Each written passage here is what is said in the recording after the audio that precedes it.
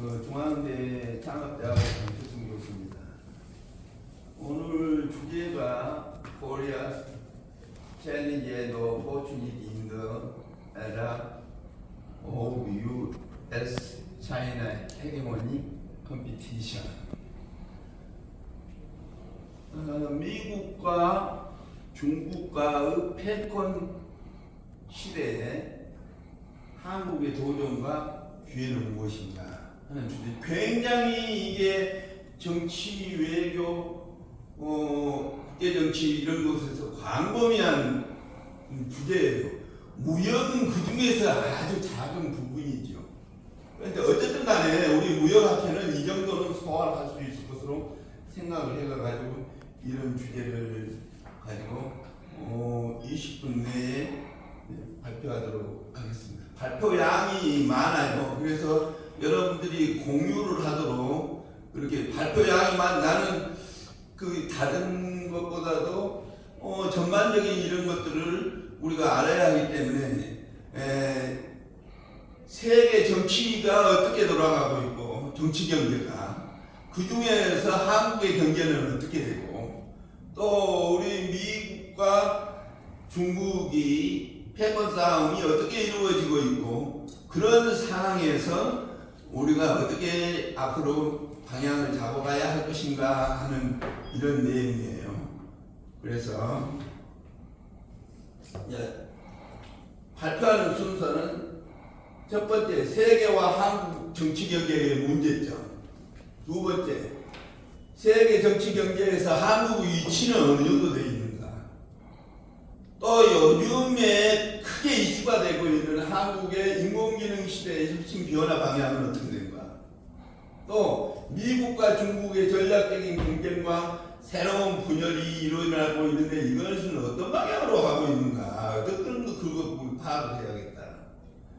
다섯 번째 마지막으로 그런 상황에서 한국의 도전과 기회, 대응 전략은 어떻게 할 것인가 하는 순서를. 앞에 세계 경기, 정치, 경제, 사회에 관련되어 있는 데이터들이 많아요. 이것은 일일이 설명을 하기보다도 여러분들이 자료를 한번 보세요. 주로 세계 경제가 2019년 말에 일어나는 코로나로 인해 가지고 2020년, 2021년, 2024년 전 세계가 코로나로 인해 가지고 3% 이상의 성장을 하던 것이 아주 마이너스로 성장을 돼 있는데, 그러고 나서 또 2023년에 또 우루과이 전쟁이나 세계 지진이나 뭐 이런 거 우크라이나 이런 것에다가 또 중동과 이스라엘 전쟁이 일어나가 가지고 그 물가가 1930년대 세계 경제에서 또 1980년대 1997년에 IMF 2020년에 들어와 가지고 이제 코로나로 이런 등등으로 엄청 어려워지고 있다. 이런 것에 대한 그 데이터는 여러분들이 알기 쉽게 아주 자세하게 최근 데이터로 여러분들이 그렇게 해놨기 때문에 그런 것을 한번 보세요. 그 중에서 이게 선진국과 중진국과 유럽의 경제 상황 지선의 전망은 어떻게 되는가.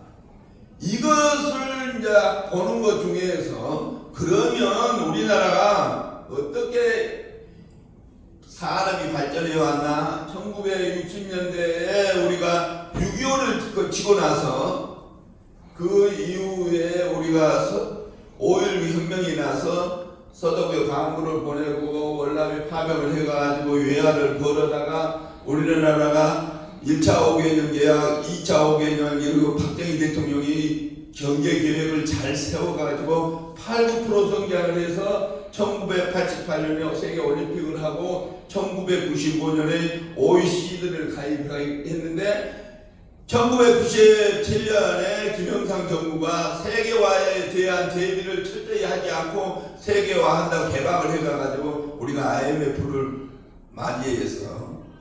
맞이했는데 1998년에 김대중 정권이 들어가가지고 150억 불의 외환을 빌려다가 1년 만에 우리 온 국민이 합동을 해가지고 금팔찌, 금부치 막 이런 걸 내가가지고 1년 만에 갚고 OECD 국가에 가입을 하면서 연 3, 4% 성장을 해가지고 우리가 쭉 이렇게 해왔는데 1965 때 우리나라가 GNP가 64불이었다.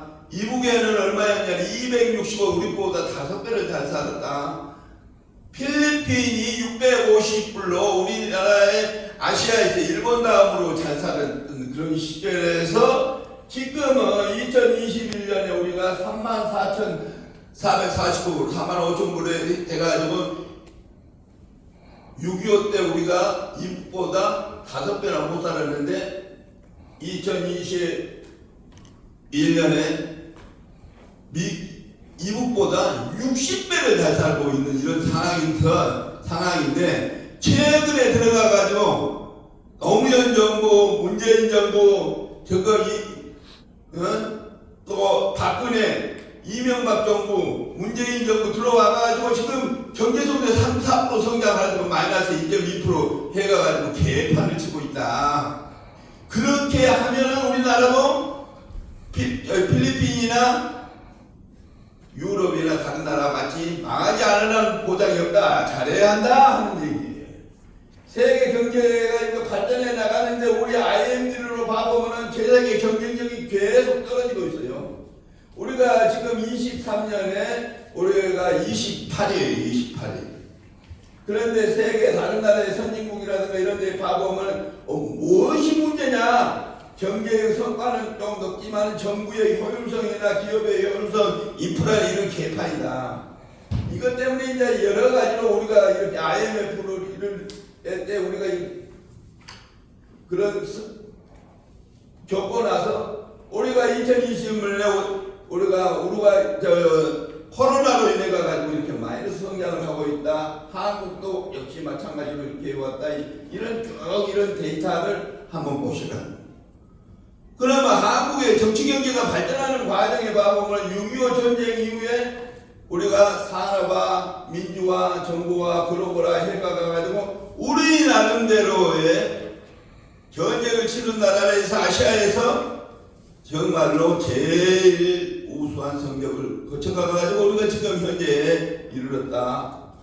그런데 한국의 정치 경제 상황을 한번 봐보자.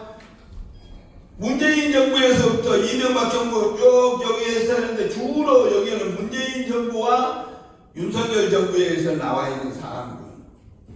지금 세계 경제가 마이너스 1.4%로 나가서 3, 4%를 해야 하는데 이런다. 저출산에 100만 분 이상 명씩 나야 하는데 지금 24만 명밖 나가고 0.72%다. 이게 세계 경제 속에 여러 가지로 우리가 어려운데 정치가 경제를 발목 잡고 있다. 우리나라의 회계 투명성이 엉망이다. 문재인 정부가 소득주도 성장 부동산 정책 엉망정착으로 해가가지고 우리 이렇게 나라를 엉망진창으로 내려와가지고 지금 윤석열 정부에서도 지금 더 경제가 마이너스로 나가고 있다. 그런데 윤석열 정부에서도 새 정부 들어가가지고 그런 걸 고쳐야 하는데 인사를 개판을 서오남 서울대학교 출신의 50대 남자들을 정부의 주요 장관으로 앉혀놓고 자기들 코드에 맞는 사람들을 해가지고 인사를 개판으로 해가지고 그 결과가 이태원 참사 새만금 잼버리 개판 쳐가가지고 새맹국이고 또 부산 엑스포 2030 엑스포에 사말도 모르고 해가가지고 망신당하고 지금 재정 적자가 어제 신문에 얼마냐? 작년에 문재인 정부 넘겨둘 때 58조가 적자였는데 이 정부 들어가가지고 87조가 되었어. 87조. 역대 정부에서 제일 적자를 많이 내는 이런 정부 이거 어떻게 해? 왜 그런데 이번에 선거에 이런 정부에 대한 여야의 문재인 정부나 이 정부에 제대로 국민들이 평가를 못해가지고 아무 소리를 치고 있다. 어떻게 해야 할 것이냐 하는 거예요. 회계 투명성에 관한 것은 이명박 박근혜를 감옥에 보내는 이런 나라 세계에서 우리가 지금 7위 정도 되는데 회계 투명성은 이렇게 폐하로 돼 있다가 지금 나왔다고 하는 거 2017년에 63국에서 63위, 2019년에 63에서 62에, 2020년에 46위, 2020년에 37위를 이렇게 회계 중요성이 개판이다. 도둑놈들은 세계다. 이건 개선이 되면 안 된다. 이런 부패에 관련된 이런 지수들 쭉 보세요. 아까 한강을 지적 얘기했으니까 우리 학교 출산율, 어린이 출산율이 2070년에 101만 명, 85년에 67만 명, 90년에 73만 명, 2000년에 64만 명 하던 것이 작년에 2020년에 27만 3천 명, 작년에 24만 5천 명, 0.7%밖에 안 된다. 이것 때문에 지금 아주 초중 고등학교 다 대학도 문 닫게 되어 있는 이런 상황이다. 2030, 50 클럽, 2030 클럽이라는 2천만 불 2만 불 소득에 5천만이 되는 것을 2050 클럽이라고 그러고 2050 클럽에 진입하는 나라는 3, 4년 안에 3050 클럽에 3만 불 소득에 5만 불이 되는데 전 세계에서 우리나라는 2012년에 2050 클럽에 진입을 했는데 그때 최초로 일본이 1987년 미국, 프랑스, 이탈리아, 독일 96년에 영국이 2050 클럽에 진입을 했는데 우리나라는 2012년에 2050 클럽에 진입을 했다. 2050 클럽에 진입하는 나라들은 지속적으로 성장 발전하고 저성장으로 어려울 때더라도 그때만 지내면 폭발적으로 증가하는 명실공히 세계의 선진국이다. 그런데 그런 나라에 우리나라가 속해 있는데 지금 정치, 경제, 사회가 개판이기 때문에 이것을 개선하지 않으면 안 되겠다 하는 얘기예요. 대학교 졸업하는 학생들이 서울대 작년에 61만 9천 명이 졸업을 했는데 9만 명이 정규직으로 임명이 됐고 10만 명이 비정규직, 44만 명이 졸업을 해도 승진을 못해, 취업을 못해가지고 2, 3년씩 이렇게 하고 있는 이게 문제다. 이게 젊은이 갈 곳이 없다. 한국 대전자의 모습 이런 쭉 한번 다이차를 보세요. 선진국이라고 그러는데 우리 국민이 느끼는 모습은 선진국이 아니다. 이게 문제다. 이게. 기술의 선두가 얼마나 지금 인공지능으로 세계가 막 바뀌고 있다. 그런 사이에 미국과 중국의 전략적인 경쟁이 바이든이 들어온 다음에 시진핑 또 그 다음에 트럼프 또 바이든이하고 트럼프하고 지금 선거를 하고 있는 와중에서 미국과 중국에는 커피가 터지게 싸우고 있다. G2라 G2 세계에서 미국이 중국을 견제를 하지 않으면 모든 것이 중국으로 넘어가기 때문에 중국을 죽기 살기로 모든 수단과 방법을 다해가지고 미국이 중국을 규제를 하고 있다. 이런 것들이 어떤 형태로 하고 있느냐? 기축통화, 첨단기술, 핫스포트, 군사 모든 부분에서 하고 있다. 이런 것 쭉 하면 미중 정경과 관련되어 있는 걸 연구했어요. 한중 무역학회가 어떻게 가야 할 것이냐? 이런 와중에 우리가 제대로 해야 한다. 경영학에서 피터 드러커가 얘기를 할 때 프레임도시 계획을 세우고 실행을 하고 평가를 하고 그래가지고 피드백을 해서 혁신을 해야 한다. 그러는데 이런 것이 제대로 되고 있느냐? 무역학회나 무역정책이나 아까 기조 관련 여러 가지 얘기를 했는데 무역정책이 왔다 갔다 우리 중심이 없다. 경영의 의사결정을 하는데 주요한 5단계 있어요. 의사결정 5단계. 첫째, 목표를 설정해. 문제인식.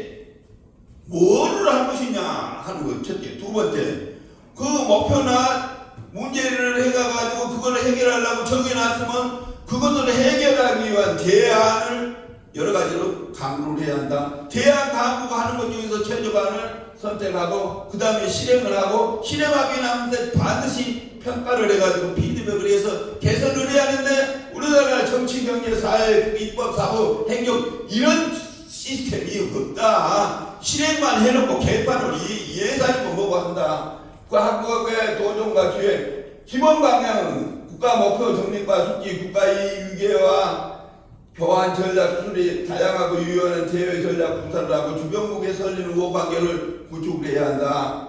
상황별로 미국과 중국과 우리나라가 어떻게 해야 할 것이냐 하는 것.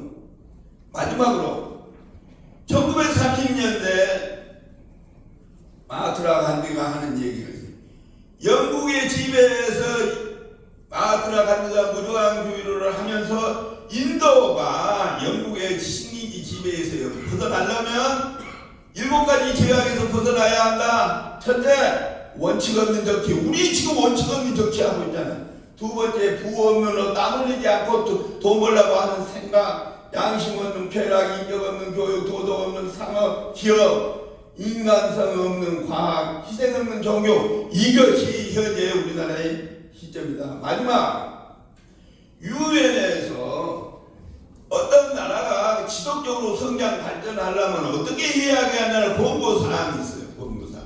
21세기를 살아가는데 유엔에서 지속적으로 성장 발전하려면 어떻게 해야 할 것인가 하는 3가지 방안이 있는데, 첫째, 온 국민이 신문이나 라디오나 이런 것을 보고 들을 수 있는 일반적인 교양 상식을 갖춰야 한다. 텔레비나 방송이나 이런 데 모든 것을 듣고 이해를 할 수 있는 이런 거에 대한다. 우리나라는 고등학교까지, 초등학교에서도 고등학교까지 우리나라는 의무교육을 하기 때문에 우리나라는 문명국이 아니다. 한국에는 문명이라는 대화가 없다. 두 번째, 그러면 문명 교양을 갖춰가지고 그렇게 잘하고 있다면, 두 번째는 부모덕을 보지 않고 자기 능력으로 살아갈 수 있는 능력을 갖추거나 기술을 갖춰야 한다. 부모 유산 없이 자기 능력으로 할 수 있는 그렇게 해야 한다. 우리나라 78%가 대학 진학을 하고 있는데, 대학은 우리나라 정책이 잘못돼가지고 대학생들 취업을 잘 못하게 하고 있기는 하지만, 어쨌든 다른 나라에 보고도 우리나라의 전 세계에서 78% 제일 대학 진학을 마치고 있으니까 정책만 잘 맞추면 우리가 저거를 잘 한다고 치자. 그러면 우리나라는 일반 교양을 잘 갖추고 대학교 졸업을 해가지고 자기 부모적으로 자기가 살아갈 수 있는 능력과 전문적인 지도를 가졌다고 치자. 그러면 교양을 갖추고 인문이나 이런 능력을 갖추고 있는 이런 인재들이 많이 배운 사람은 안 배운 사람을 가르치고, 돈이 많은 사람은 없는 사람을 기부를 해가지고 살리고, 노블리스 오브제를 실천하는 그런 나라가 돼야 하는데, 그런 노블리스 오브제를 제일 실천하지 않는 사람 대표적인 거, 문재인 정부에서 조국은 서울대학교 법과대학에 1등으로 들어가지고 1등으로 졸업을 했어요. 조국의 마누라는 서울대 영문과를 1등으로 들어가지고 1등으로 졸업을 했는데, 그 사람이 서울대 법대 교수를 하고 법무부 장관을 하면서 또 동양대학교 교수를 하면서 자기 아들, 딸 둘애를 부정부패해가지고 남의 서류를 부족해가지고 자기 자식들을 대학에 진학하고 있는 이런 사람이 대학 교수가 되고 법무부 장관이 되고 사회에 나와서 난리를 치는, 또 이번에 그런 놈이 국회에서 이번에 국회 비례대표로 나와가지고 1심, 2심 헌법가가 대통령이 되겠다고 그렇게 하는 이런 나라는 개선이 되어야 한다 하는 그렇게 발표를 마치겠습니다. 감사합니다. 네, 열정적인 강의 너무너무 감사드립니다. 이어서 우리 토론은 강주대학의 유창민 교수님께서 한 2꼭지 정도 간단하게 좀 부탁을 드리겠습니다. 교수님,